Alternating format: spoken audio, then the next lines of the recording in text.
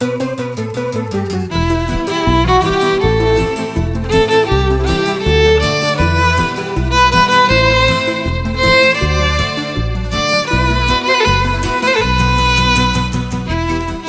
and welcome to this week's edition of The Olive Tree.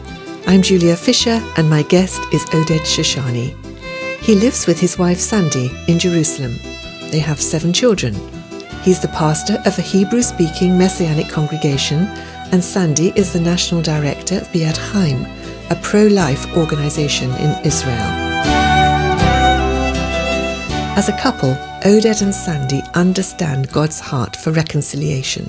Not just man to God, but also person to person, and in the context of the Middle East, Jew and Arab. So how does that work out? We met in Jerusalem in a rather noisy office, as you will hear. Listen now as Oded shares his experience of being a secular Jew to becoming a pastor with a heart for his Arab neighbours. I was born in the Tel Aviv area to a secular family. Both parents came from religious background families, one more than the other, but both were religious. Both my parents were born in Jerusalem. I grew up as a secular Jew with great ideals, Zionistic ideals about the state of Israel. But from a very young age, there was a void in my heart that I was looking to fill it. I was looking for 2 things in my life for many years. Probably, I can't put a finger on the age, but probably from somewhere between 5 and 10, I started looking for 2 things. One was perfect love, and the second was a purpose of my life. And everything that was around me did not fulfill the void in my heart. It could be an intellectual talk about it, but there was no fulfilling the void in my heart. And I believe that was the hand of God in my life. Michelangelo did the finger, but I think it was the hand of God in my life, not just the finger. Just looking for God in many ways, reading. I was looking for love in all the wrong places. And I'm giving you a short version, many years later, my sister came to know Yeshua, and I heard about him for the first time. I had no resistance to him. I had no religious resistance to him. But when you become a believer, you have to submit your life. It's not faith or an intellectual understanding. You have to submit your life. You have to invite him to be the Lord of your life. And it took more time. I finished my army service, and about a month later, I became a believer. I invited Yeshua to be the Lord of my life. Fell in love with him from day one. Yeah. At what point did you decide or know that you were to become a pastor? How did that start?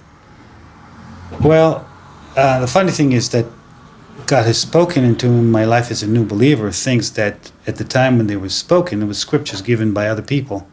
It made no sense. So I didn't even write it down. It just, phew. But then 20-something years later, I was already married, having 7 children. I was working as an engineer. I was an elder in a congregation and stuff. Again, God's hand was on my life, and I was doing well in my engineering job. I didn't become a pastor because I was escaping. I was actually leaving a harsh reality, but that's the reality most Israelis live in. And that's the day-to-day life.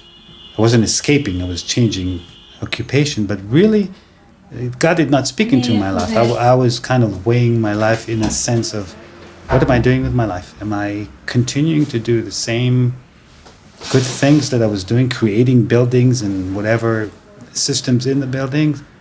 Or what? What's going to be left behind when I'm done? And so it was a slow process in that, through prayer with Sandy, counseling with other people, asking for confirmations. It was clear that God is calling me to be a pastor. At a very big risk, as you say, with 7 children and a family to support. That was a big step of faith for you. Yes. The funny thing about it was that while I was an engineer, I changed jobs several times, climbing up the ladder. And every time I changed, there was always a job waiting for me. I did that. I waited for the good opportunity to come through and stuff. When time came for me to become a pastor, this was not in my mind. I can't explain this. This was not. There was no promise of salary. There was no promise of a position. Just God called me.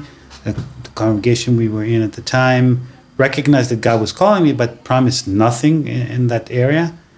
They followed that decision for several lean years. We lived on savings and stuff. But God was faithful. So he called me into being a pastor. I was appointed to be the pastor of Melech HaMelachim, the Hebrew congregation, January 2004. You can now see that that has grown and you're encouraged by that work. But you're also very involved in this whole area of reconciliation. How did that come about? I don't remember exactly how it came about, but my heart understanding is God is not at work only in the Jewish people in the Middle East, but he has a heart for the Muslims around us, for the nations around us. So I believe God has good plans for the Muslims and the nominal Christians surrounding us. So it was a slow process, but God has brought us into being involved in Arab believers' lives in different ways. Yeah. I'd like to talk to you specifically about one event that happened just fairly recently. You took, along with other leaders, both Arab and Jewish believing people, you took a mixed group of Palestinian Arab Christians and Messianic Jewish leaders to France for a time. They didn't know each other before you went. What was the purpose? Well, this was the fourth consecutive year that I was part of a leadership team that has initiated calling up young adults with the potential for leadership, of course, with the agreement of their pastors and leaders and recommendations. It was pretty clear it wasn't just to be Israeli believers, but also Arab believers, just because we're one body. And when we're talking about the growth of the body, we're talking about the growth of the body. It's not just of the Messianic body. So it was pretty obvious from the beginning. There were different questions, and some of the Arab pastors weren't sure if this is going on a political agenda or not, which we weren't. We just wanted to infuse a new passion in the lives of these young adults, give them a supporting hand, give them some practical tools to think about their lives, not just as a mere growth, but also how can I serve God's kingdom. So, yeah, we brought Jews and Arabs together. It wasn't a question. It was not a political camp. We weren't filtering people according to political opinion. Just we wanted to help them grow in their God calling, in their personal God calling. So just explain how the week developed.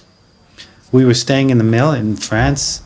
The staff has done a tremendous job in laying out a wonderful schedule. Everything was tip-top. Accommodation was great. Games, outings every day, food, all these things that help people feel comfortable. I think another important issue was getting out of the land, which makes you even more relaxed. If you're staying in the land, you're more susceptible to remain in the same pressure cooker that you are in daily. So taking them out of the land was important.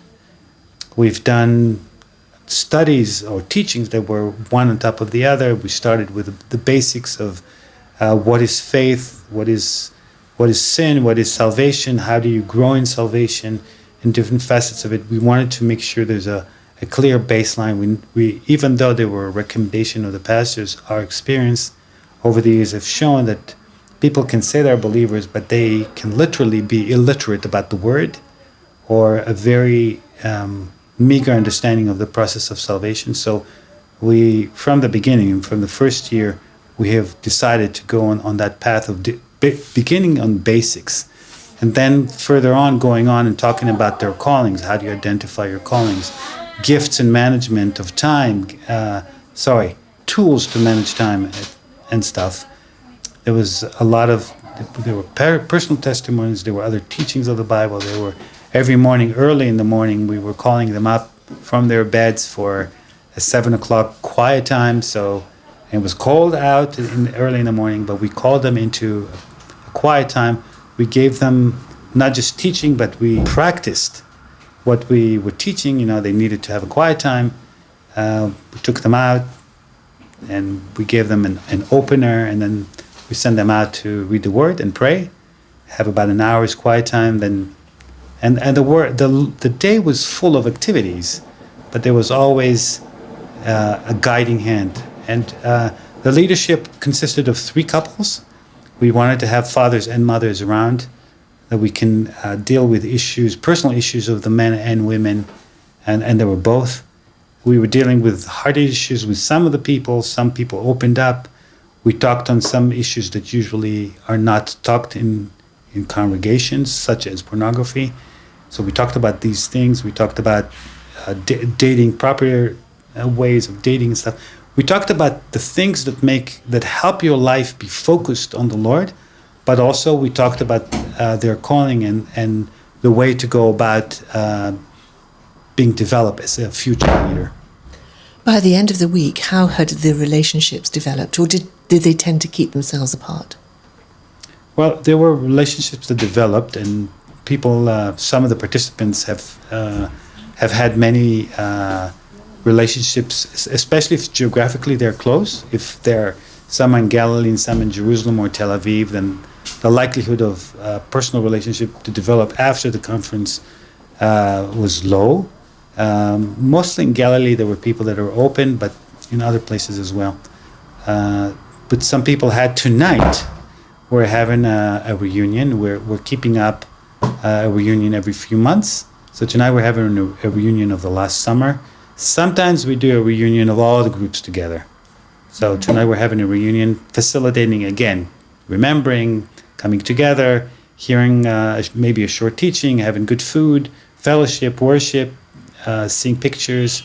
But it's a time to help them remember there's a goal in your life. Pursue it. And we try to encourage that. You've been listening to Oded Soshani, a Jewish believer living in Jerusalem.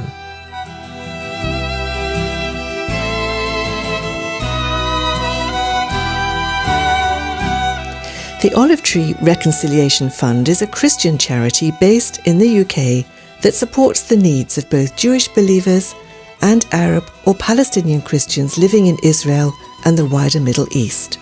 If you'd like to know more about our work through our bi-monthly newsletter, including news about our upcoming tours, please either visit our website www.olivetreefund.org or write to me, Julia Fisher, OTRF, PO Box 402, Billingshurst, RH 14 4BQ in the UK. Meanwhile, join me at the same time next week for another story from the Olive Tree. Until then, goodbye.